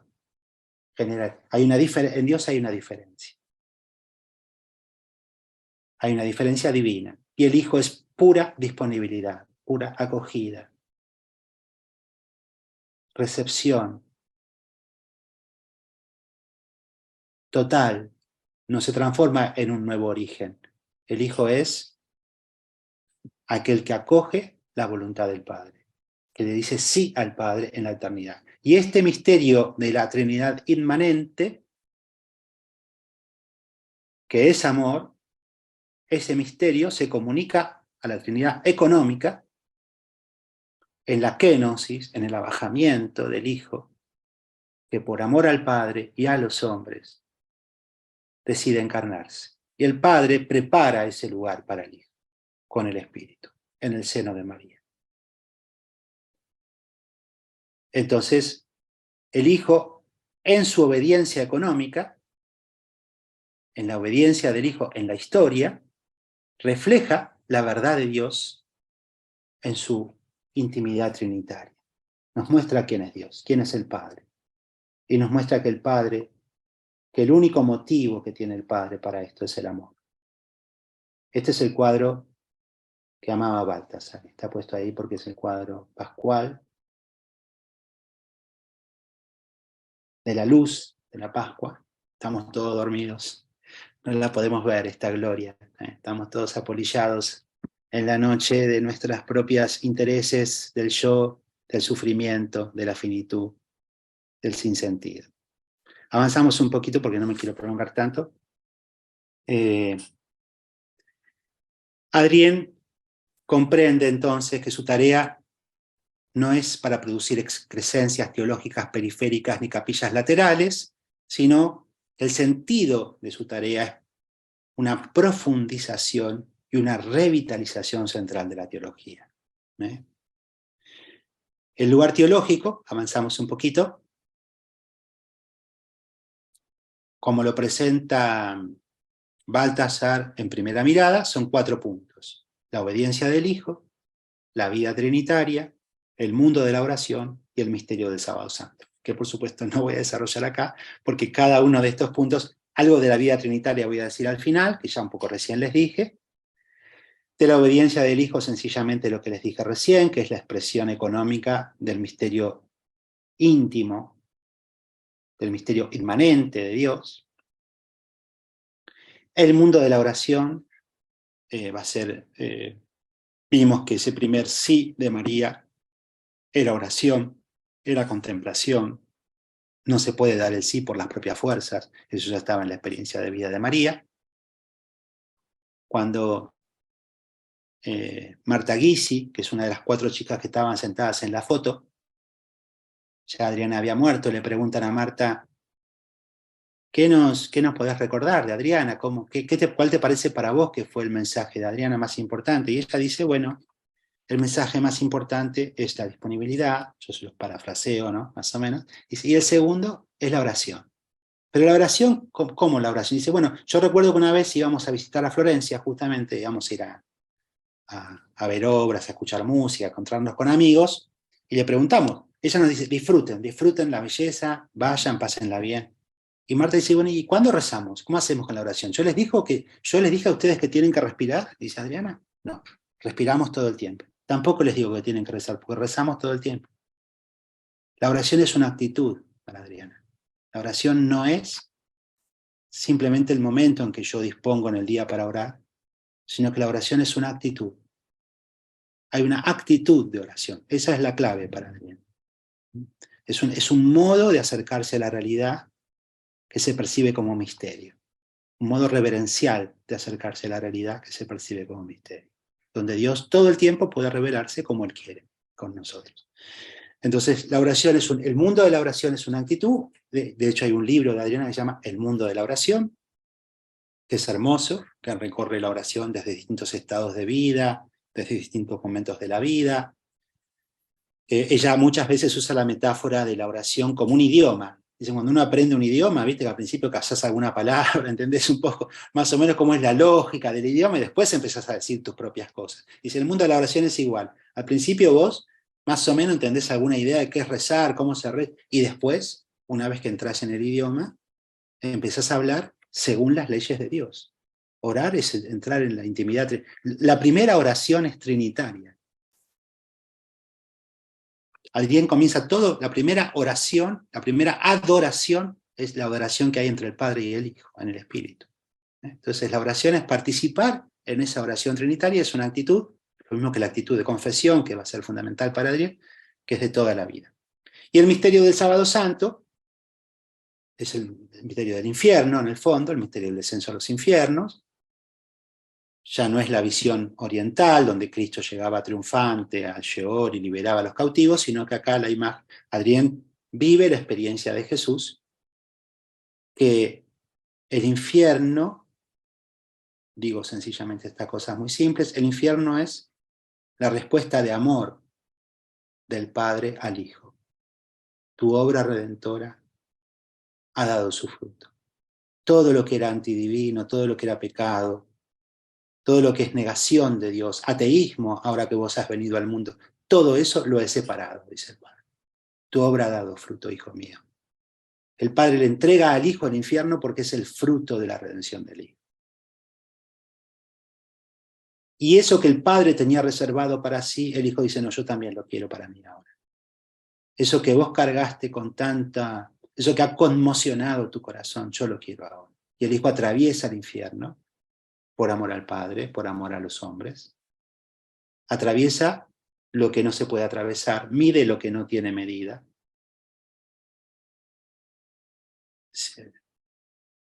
Va a la expresión más profunda del sufrimiento porque el que es como un niño que está obviamente si yo separo a un niño del seno de la madre lo hago sufrir enormemente porque ese es su lugar natural. No es lo mismo que si yo me separo de mi mamá, que ya mi mamá murió. Digamos, lo mismo el hijo, ¿no? Cuando el hijo se separa del padre, el hijo va al lugar donde el padre no está, donde el padre está totalmente ausente. Para el hijo esto es un sufrimiento, es una locura esto, solamente lo sabemos porque el Espíritu da testimonio de que esta locura es la locura del amor. El infierno es la locura del amor trinitario que genera una nueva esperanza para el mundo. Una esperanza que va inclusive más allá de la muerte. Yo para que vean que la pregunta inicial es la que nos orienta. Y bajo esa pregunta vamos entendiendo la obediencia del Hijo, que es una obediencia de amor, la vida trinitaria, que es una vida de amor, en donde el otro no solo es querido, no es que solo Dios se comunica, Dios necesita, Dios quiere por su amor dar la vida, crear el mundo, porque ya hay un otro en Dios, que es el Hijo. Eso responde a la esencia misma de Dios, a la esencia trinitaria. Bueno, lugar teológico, cuento sencillamente. El mundo de la oración es entonces una dogmática experimental. Esta frase a mí me gusta porque es un oxímoron, y si uno se convierte leyendo un libro de teología hay que no sé, realmente se produce un milagro, porque los libros de teología en general nos hacen entender, pero no nos convierten. Sé que acá hay un teólogo, varios teólogos me perdonarán, pero todos tenemos un poco esa experiencia. Adriana lo que hace es, hay muchos libros, por ejemplo, del credo, ella nos hace rezar con las verdades de la fe. Ella de algún modo dice, vuelve a tener la experiencia de los padres. Ella muchas noches se encuentra con los padres de la iglesia. Van a visitarla a su habitación y charlan con ella. A la mañana siguiente baja y dice, che, me vine a visitar un tal Gregorio. ¿Qué Gregorio? Dice, hay como 4 Gregorios. ¿Cuál Gregorio fue a ver? Entonces le cuenta y ahí más o menos Adriana entiende. Ella ve que los padres de la iglesia vivían sumergidos en la palabra. Y a Adrián se le concede esa gracia, vivir inmersa en la palabra de Dios. La meta buscada siempre fue la revitalización de la fe, la profundización existencial del dogma, el ir hasta el fondo de la actitud cristiana consecuente. Que sean tantos los accesos de la tierra al cielo, que el más allá no esté lejos de nosotros, sino plenamente presente, es un mensaje particularmente significativo e importante para nuestro tiempo. La tierra, el cielo no está lejos de la tierra es importante para el cielo. Este va a ser, acuérdense, la primera voz que escucha Adrián, tú vivirás el cielo en la tierra. Ese es el carisma de Adrián. Avanzamos un poquito. Las ampliaciones carismáticas. Vimos entonces la actitud femenina, el centro de la verdad teológica, de la revelación trinitaria, el Hijo que nos revela al Padre en el Espíritu, para que a su vez todo retorne al Padre, todo ha salido por la kenosis al Padre y todo pueda volver al Padre, y esto produce una serie de sorpresas, de fecundidades inesperadas que no se pueden inferir. Este cuadro es un cuadro hermoso de Miguel Ángel. Adrián rezaba mucho con este cuadro. Tiene oraciones preciosísimas a este cuadro. Recuerdo, por ejemplo, una que tiene en Lumina, que te acordás, Eduardo, que publicamos en algún momento, ese librito Lumina. Ahí hay una oración. Adriana mirando este cuadro, ven que se llama La Virgen de la Mirada Esquiva. Adriana está mirando, el niño está mamando del pecho de María y María está mirando para otro lado. Y Adriana dice, María dice, yo les agradezco, pecadores. Los amo y les agradezco. Una especie de Félix culpa. Gracias al pecado de ustedes tengo a este niño mamando en mi seno. Les agradezco. Los amo profundamente. Por él los amo.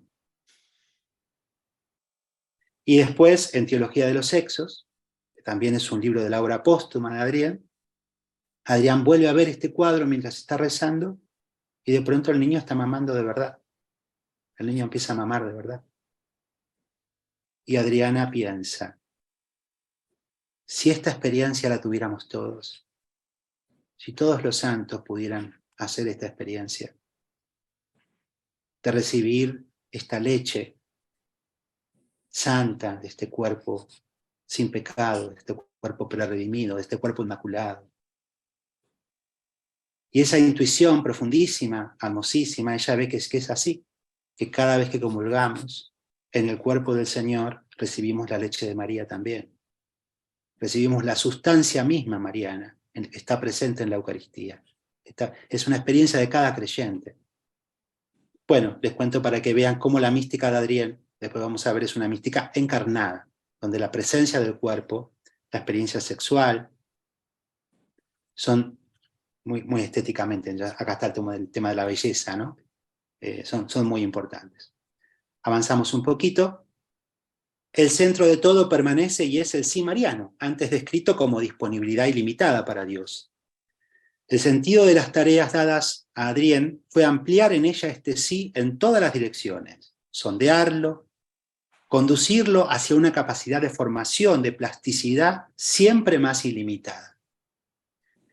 Dicho desde su otro lado, el sentido de esas tareas fue mostrar las posibilidades ilimitadas de Dios en su trato con un alma que dice sí, y al mismo tiempo la absoluta fecundidad de ese sí. A partir de esto les cuento algunas tareas que tiene Adrián. ¿Vamos bien? ¿Tengo tiempo o tengo que ir ya cortando? ¿Qué dicen? ¿Qué dicen los organizadores? ¿Cuánto tiempo más o menos para no cansar? Porque yo me engancho y soy terrible. 5 minutos más o menos, ¿te alcanza? Resumo 5 minutos más. Gracias. Bueno, les cuento muy rápidamente, entonces, para terminar en 5, avanzamos un poquito. Esto es un texto del hombre ante Dios, que no lo dejo pasar porque la gran peripecia también es un texto del hombre ante Dios, lo dejamos pasar. El libro de todos los santos. Acá sí les cuento sencillamente que en la obra póstuma de Adrián aparece, Adrián tiene con una pequeña oración el don de ver la oración de los santos, de ver su disponibilidad. A la luz del fiat, es como si el cielo estuviera en una actitud de confesión y se confesara, le contara las cosas hermosas que ha logrado y también las debilidades que han tenido. Y dice Adrián, algunos santos que parecen muy santos no lo eran tantos en realidad. Sí, eran santos, pero no tan santos, porque a la luz del sí de María se ven como más las impurezas, digamos, ¿no? Es una mirada de los santos desde la clave dorada de la oración y la disponibilidad. Semblanzas únicas, sin lugares comunes ni precisiones históricas, que muestran la oración de ese santo. Y bueno, tenemos todos los apóstoles, San José, recorre toda la historia de la Iglesia hasta el mundo actual. Hay más o menos cuatro listas de santos. Así es. Avanzamos. Hay otro libro, se llama La red del pescador, que es un libro hermoso, acá les muestro una imagen nada más, que es un libro humorístico, porque Dios tiene mucho humor, Dios es alegría y es humor pleno, y primero le va contando a Adrián el sentido de algunos números. Los primeros 10 números son todos aplicables a Dios. El 3, por ejemplo, es la Trinidad, obviamente. El 1 es el Dios uno, el Dios amor. El 5 es el número de María, porque une la Trinidad con el 2, que es la encarnación. Se llama La red del pescador porque está tomado de la imagen joánica. ¿Se acuerdan que cuando Pedro saca la red son 253 peces, ¿no? Y todas las sumas dan 253. El 97 es porque estos son 9 momentos de la vida de Adrián, que no se los puedo contar hoy porque no hay tiempo. Son 9 momentos de la vida. Pero ya vemos que empieza a contar desde el momento que aparece María, porque es más 5. Cuando aparece María, es la primera aparición a sus 15 años. Ya hay una experiencia trinitaria, y ya está San Francisco, que es el número 17. Es el hombre del espíritu, porque todavía no está la iglesia para ella católica. Está Francisco. Y está el 97, porque la santidad siempre se completa con la santidad de la iglesia. El 9 es el número del misterio, también es el número de la obediencia, y es el número de la confesión, y el 7 es el número del espíritu. Chimpum, pasamos rápido porque no hay tiempo. Esto del rasgo final, la seriedad de la encarnación, lo dejamos porque quiero llegar a lo de Juan Sara en estos últimos minutos.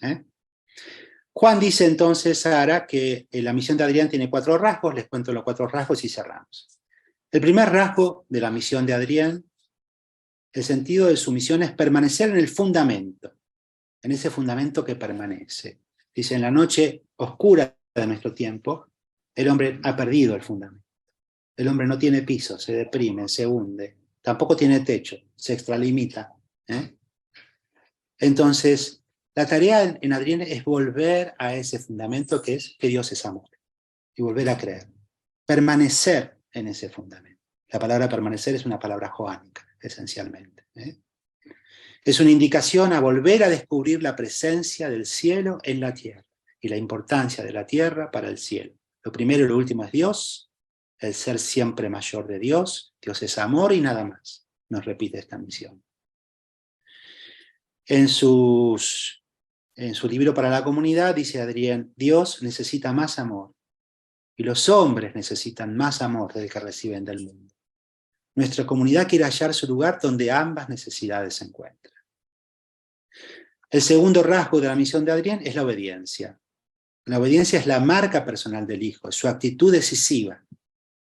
Darle nueva vida a esta obediencia, una palabra dura para nuestra época, la palabra obediencia, vivificar esta obediencia, entendida como disponibilidad del amor en la Iglesia hacia el mundo, esa es la nota cristológica central de su misión. La tercera nota, vamos a la siguiente, es colaborar en la integración que el Espíritu realiza. Si hay disponibilidad, que está relacionado con el Padre, y si hay obediencia, se puede integrar. El Espíritu une, integra. Eso que para nosotros es tensión, que es difícil de entender, difícil de asumir, el Espíritu genera la integración. Es el verbo central de esta misión en común. ¿Cuáles son las 2 grandes integraciones más importantes que realiza el Espíritu? La humana y la divina, la unión hipostática. Ese misterio se ilumina en Adrián. Y la otra gran tensión que para nosotros es incomprensible es maternidad y virginidad. Eso que parece opuesto, humano y divino, en el Espíritu se integra. Maternidad y virginidad no se puede, en el Espíritu se integra. Ministerio y amor se pueden unir, puede haber curas que amen, sí, en el Espíritu se integra. Entonces, mostrar la maravilla de la integración es parte de la misión de Adrián. Y por último, la esperanza como fruto, la pequeña esperanza. Decir sí a la fe en el amor de Dios. El Espíritu trabaja en cada uno de nosotros, porque Dios Padre espera. Es la esperanza del Padre. Espera que le digamos que sí.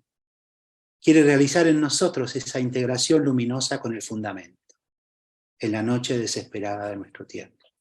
Ese es el sentido de la tarea de Adrián, revitalizar, volver a darle luz al sí.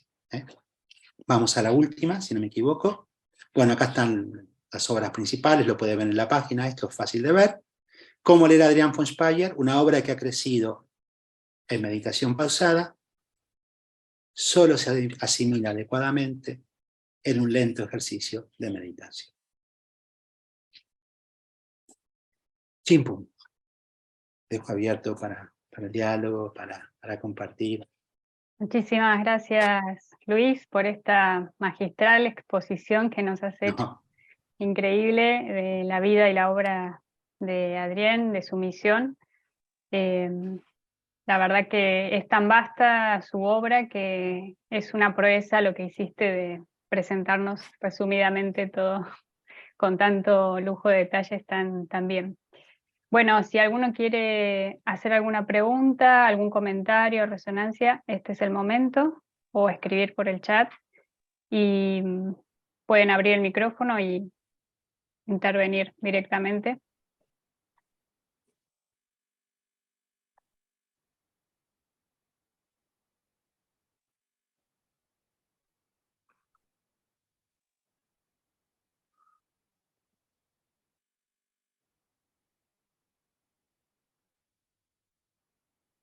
Bueno, yo tengo una pregunta. Primero, bueno, eso, gracias Luis, buenísima toda la presentación de los dos puntos, de la vida y de la obra. Eh, yo justo estoy estudiando la tercera de las trilogías de Baltasar, y en la centralidad de la luz del sí veo expresados en la palabrita luz la estética, ¿no? El momento estético de aquello de la forma en su esplendor, digamos.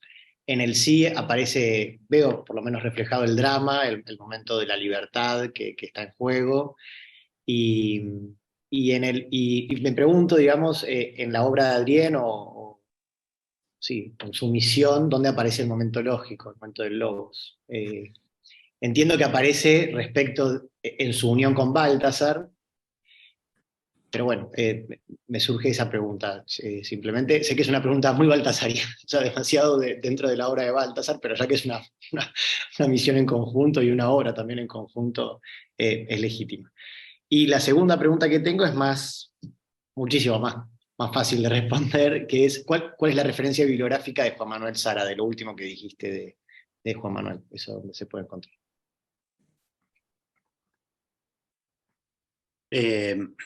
Acá Eduardo puede responder igual que yo, digamos.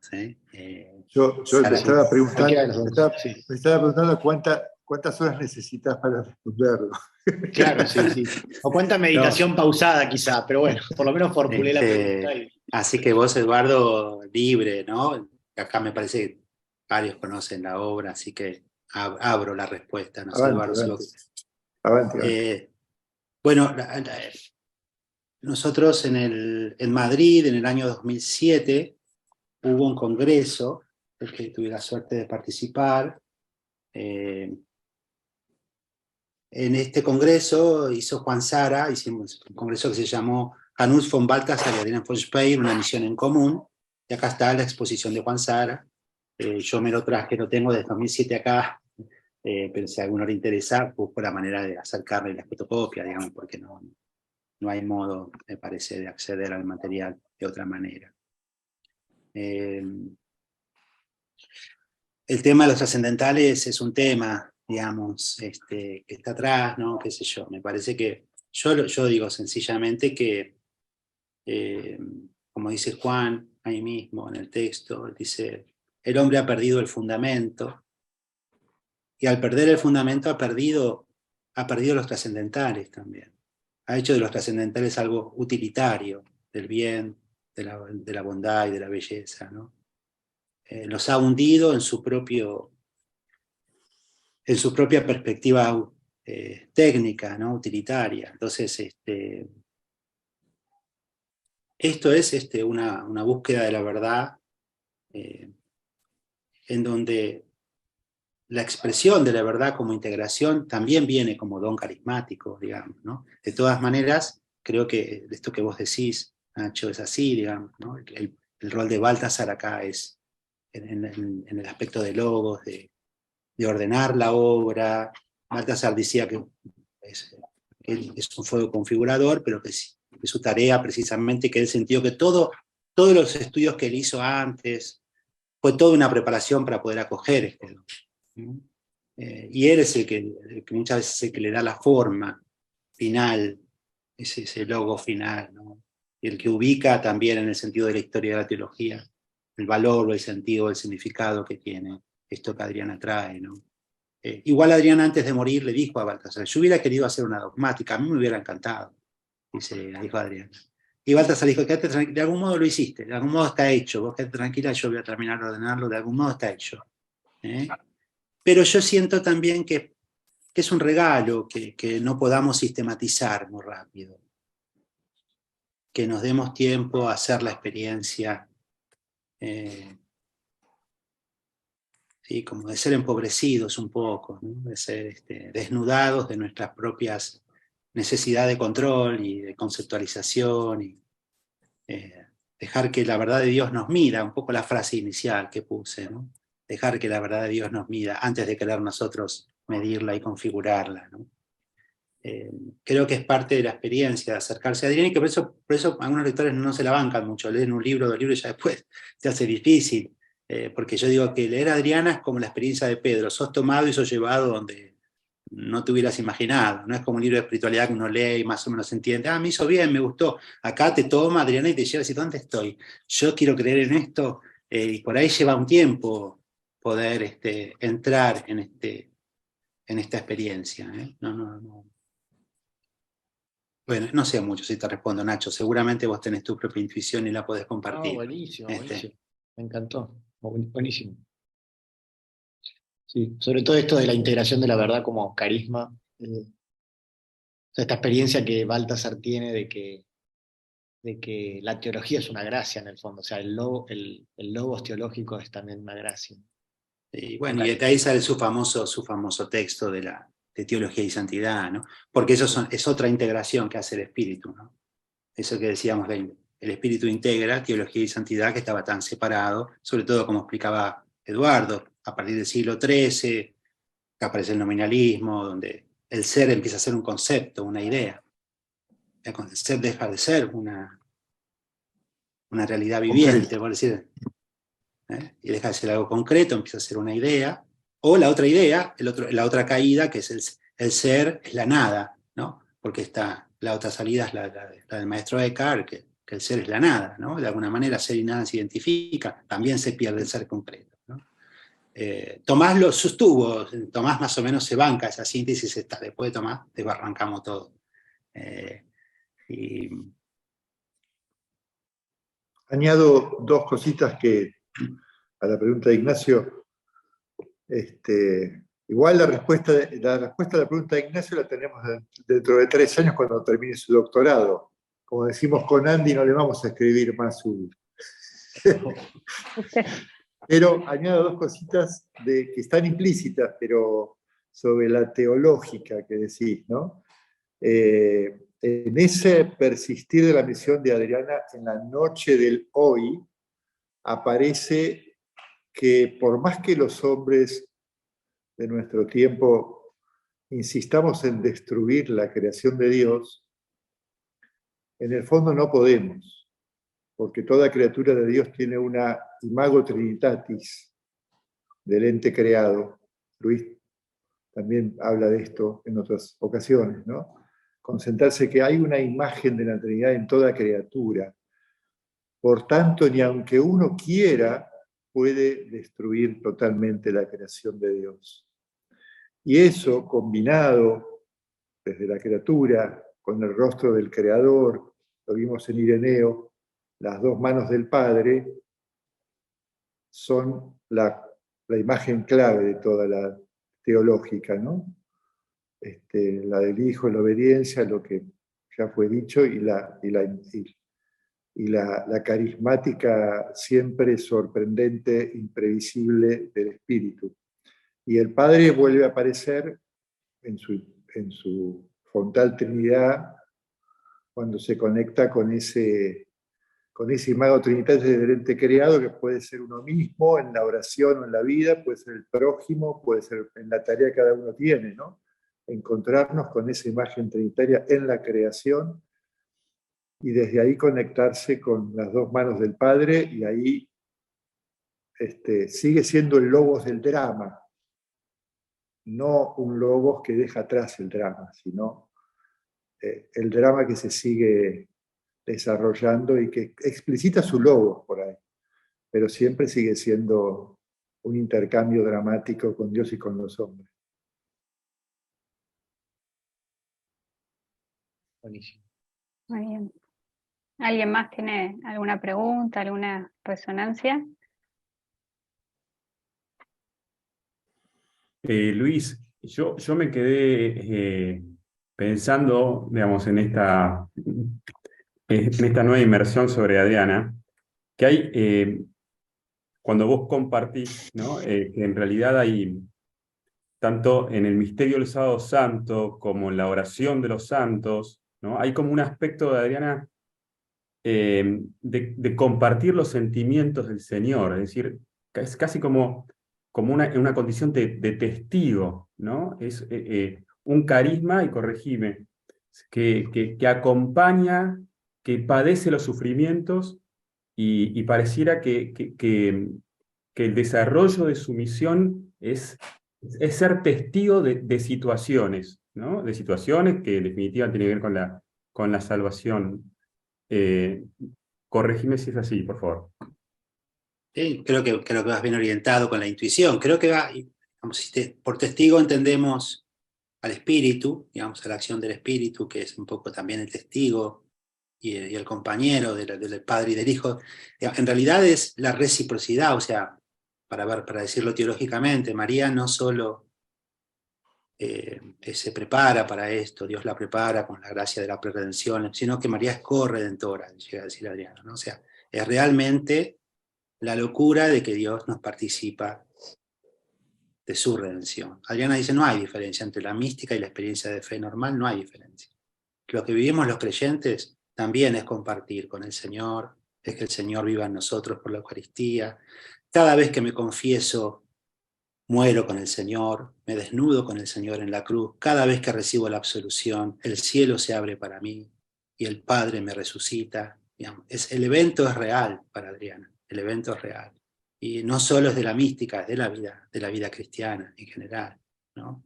Y se consigue ese don maravilloso que el hombre realmente entra en el drama de Dios y participa en el drama de la redención, ¿no? Esa es la relación entre esposo y esposa, ¿no?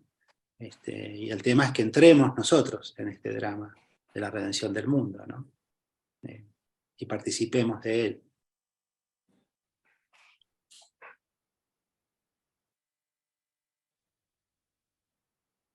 Bueno, yo quiero agradecer, veo tantos amigos acá.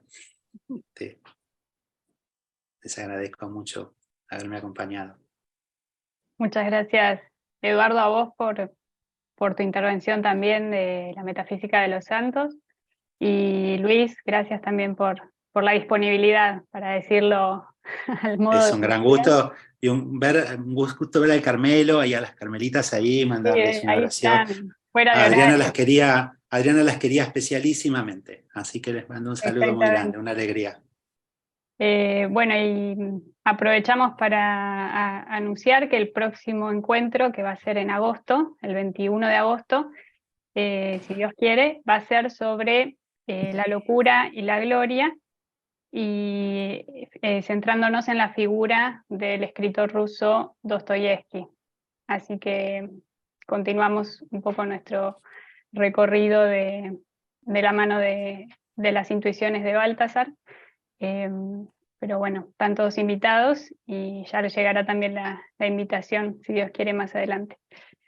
Bueno, no sé si Ignacio o Andrés quieren, Eduardo, agregar algo más. No, muchas gracias, Luis. Gracias. A todos. Bueno, en el Gracias chat, a todos. en el chat les dejé la página web donde también pueden ingresar para descargar algunas de las obras de Adrián von Speyer que están disponibles para leer. Es la página web oficial de la Comunidad San Juan, la comunidad que fundó Adrián con Baltasar. Así que bueno, muchas gracias a todos y los esperamos pronto. Gracias, muchas gracias a todos. Un gusto.